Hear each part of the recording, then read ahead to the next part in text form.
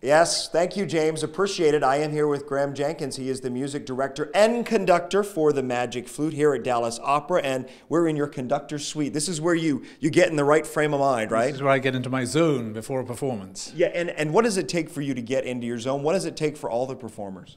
I like to be here about an hour before the performance, have a quick look through the score, and then I'll take the score down personally and put it on the rostrum so that nobody else can make a mess of it, and it's there when I go into the pit. How many musicians for the Magic Flute? We've got about 40 in the orchestra and a chorus of 30, and then lots of extras.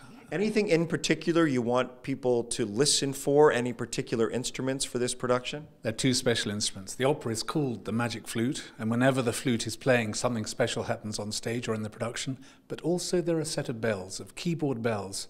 And when Papageno's in real trouble, he shakes his magic bells given to him by the three ladies, and that gets him out of trouble. Now, have you had to teach the music to all the singers when they came to Dallas?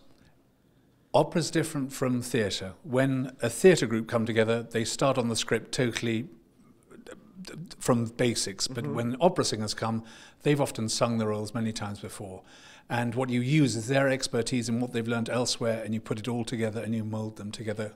So does that cut down on rehearsal time for an opera? Does it cut down on the amount of time it takes to prepare musically? We're here for about 4 weeks before opening night.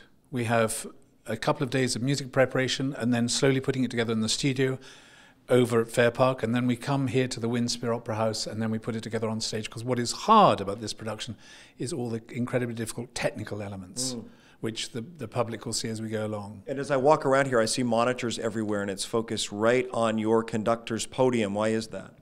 The beat, the conductor's beat dictates what goes on. And I just want to say, I came from a family of not much music. It was much more Perry Como or Frank Sinatra. And I first went to a Mozart opera in London, sung in English, and here I am. I've been literally all over the world conducting. Maybe in our audience, there might be somebody who goes on the same journey as I've been on. Well, we're hoping someone is inspired, even at Cowboy Stadium. Maybe someone who's never seen opera before. This has opened it up to them. Well, I hope all of you who are in Cowboy Stadium will now venture and come down to the Windspear in downtown and experience what it is like really in the theatre. One final question. A favorite moment from the Magic Flute? When Papageno's children all appear. And that is Mozart at his most humorous. Here he was at the end of his life. He died 3 months after the premiere, less than that, after the premiere of this opera. And yet the joy of life within his music is fantastic. Well, we're going to make sure that the folks who are watching at Cowboy Stadium look out for that moment, and maybe it will resonate with them as this has resonated with you, Graeme. Thank you.